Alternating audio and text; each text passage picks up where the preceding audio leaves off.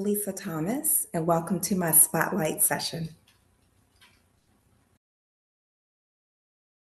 Hi, this is Nalani, and on this episode of Spotlight Sessions, we're highlighting author Lisa Thomas.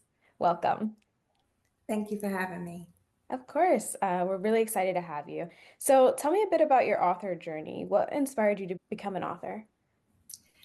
So, I've been writing ever since I can remember. I want to say around fourth grade, writing short stories, all through high school, writing poetry. So, writing has always been a big part of just a part of me and Mhm. just a creative outlet for me. But this book has been a dream of mine for a long time, and it really is a pandemic baby. Yeah. So I had nothing but time to get those creative juices flowing. And so I was able to just sit down and pen this book that's been in my head for a few years now.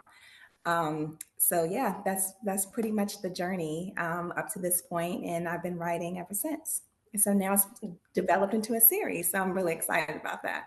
Yeah, so you said it became a series. How many books have you written now?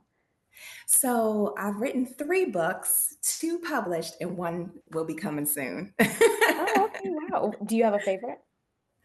I'll have to say the latest book, Little Dana Diamond Finds Her Dazzle, is definitely one of my favorites because I pulled a lot of things from my own childhood memories into this book. So it's a reflection of me as well as the other children that I've worked with over the years. Yeah, well, congrats on your series. I mean, being an author is no easy feat. There's a lot that goes into it. Creating the idea, getting that idea on paper, and dedicating time to writing out your story. Then you have to think about publishing and illustrations. What keeps you motivated and inspired to continue writing? The children that I work with every day keep me inspired. Their stories, their feelings, all of the things that impact their lives. Um, it's just so many social emotional concerns that they have to deal with so young, and that's why I really wanted to make sure this series reflected those feelings that children feel at every age through elementary, and also so that they can see themselves in the book, even though the characters look nothing like human Mhm. people. But that's and that was actually intentional because I wanted anyone to pick up the book to see themselves and not necessarily see a color and think, "Oh, I don't identify with this." But shapes, of course, you anybody Mhm. can identify with a shape, and they're all different colors as well.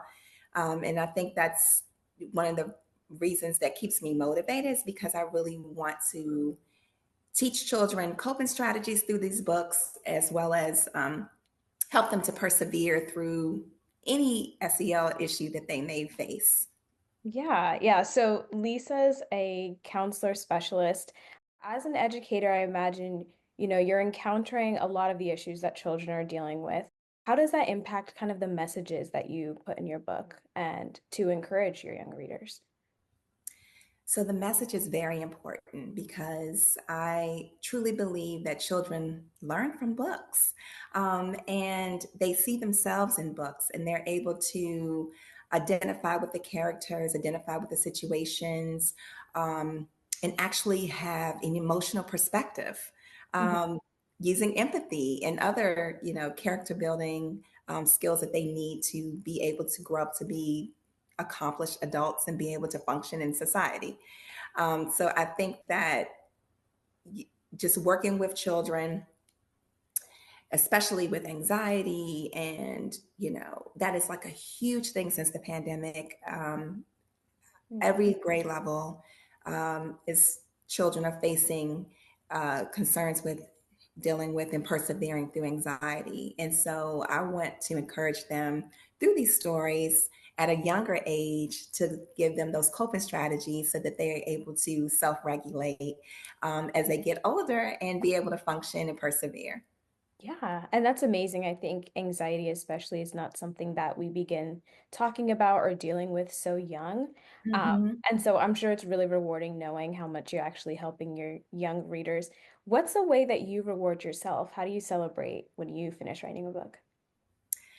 Okay, so to celebrate when I finish writing a book, um, so my husband and I, we definitely believe in, the power of creativity, and we definitely go out and celebrate. So that would mean, maybe a night on the town or just going to get coffee, just something that we both share to culminate this, birth basically, that I've been working on this whole time. So yeah, I would say celebrating with my husband is probably a good bonus for Yeah. finished writing. Yeah.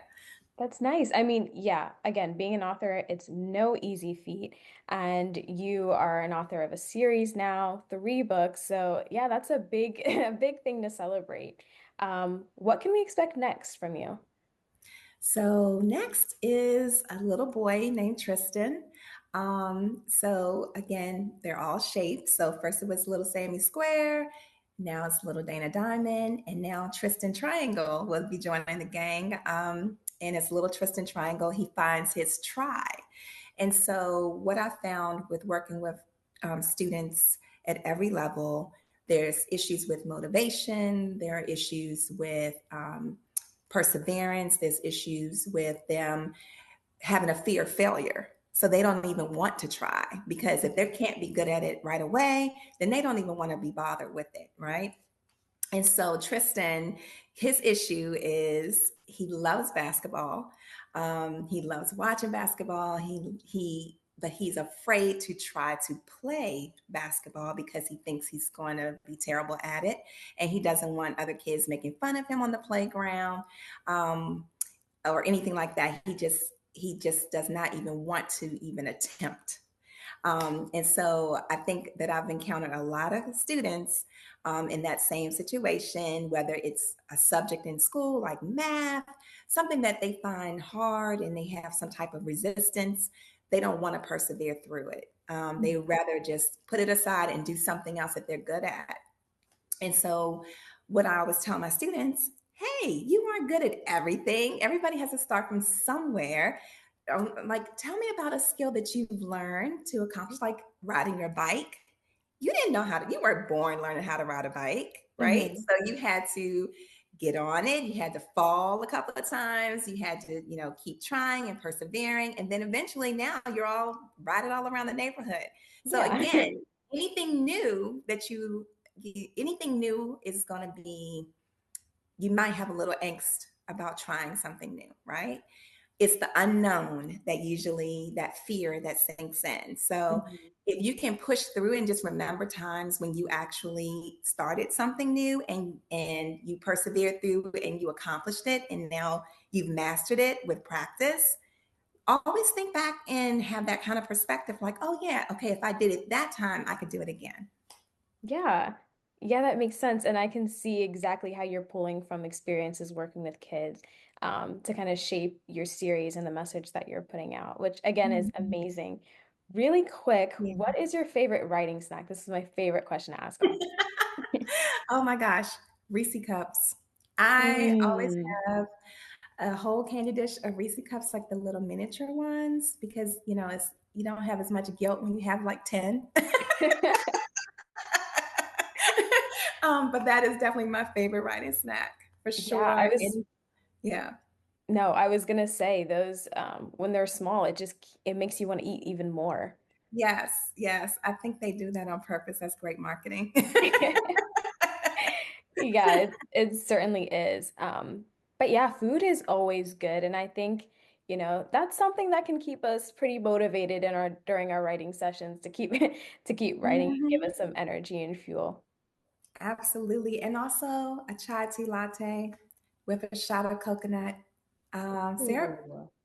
Delicious. Definitely a good motivator to keep going, especially on these beautiful crisp fall days, for Hmm. sure. Yeah, do you ever pair the two, the Reese's and the latte? Um, well, let's say I might start off with the latte and then I will graduate to those Reese cups. That's okay. That means the writing session is long. That's good. Yes. Well, thank you for joining me, Lisa. It's been wonderful to hear about your author journey and how important your work of writing children's books is to you. For your listeners and your audience out there, if you're interested in seeing some of Lisa's work, visit her website, shapesvilleseries.com. And Lisa, again, it was a pleasure. Thank you so much. Thank you for having me. Of course. Bye.